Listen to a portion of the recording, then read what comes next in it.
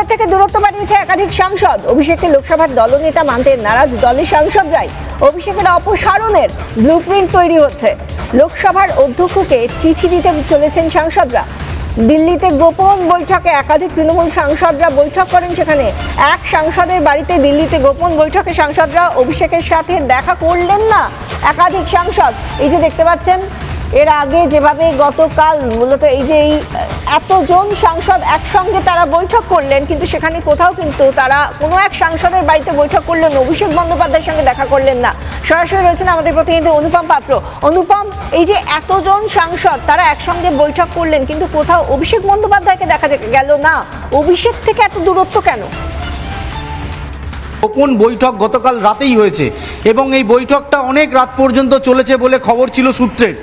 কিছুক্ষণ আগে সেই ছবি প্রকাশ্যে এসছে এবং সেই ছবিতে দেখা যাচ্ছে উত্তরবঙ্গের জগদীশচন্দ্র বাসুনিয়া, সুখেন্দু শেখর রায়, প্রসূন বন্দ্যোপাধ্যায় থেকে শুরু করে একাধিক, বাঁকুড়ার অরূপ চক্রবর্তী, একাধিক নেতাকে আমরা দেখতে পাচ্ছি যারা সাংসদ তৃণমূল কংগ্রেসের, তারাই ভেতরে রয়েছেন। ছবির বাইরে যারা রয়েছেন, যাদেরকে ছবিতে দেখা যাচ্ছে না, সেই সংখ্যাটাও অনেক বেশি। তোমায় জানিয়ে রাখি, আমরা যেটা বারবার বলছিলাম যে অভিষেক বন্দ্যোপাধ্যায়, মমতা বন্দ্যোপাধ্যায়রা দিল্লিতে রয়েছেন, কিন্তু তার দলের সাংসদরা সেখানে যাচ্ছেই না।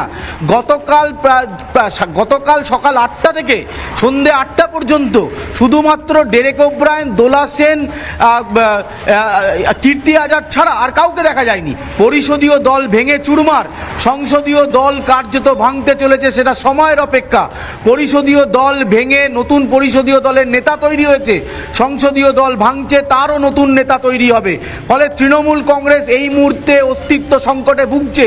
দিল্লির রাজনীতিতে এই যে ছবি প্রকাশ্যে এসছে, সেই ছবি চাঞ্চল্যকর এবং এই ছবি অনেক কিছুর বার্তা দিচ্ছে। স্বাভাবিকভাবে তৃণমূল কংগ্রেসের যে সংসদীয় কমিটি রয়েছে, সেই সংসদের যে দলনেতা রয়েছেন, তাকে মানতে চাইছেন না।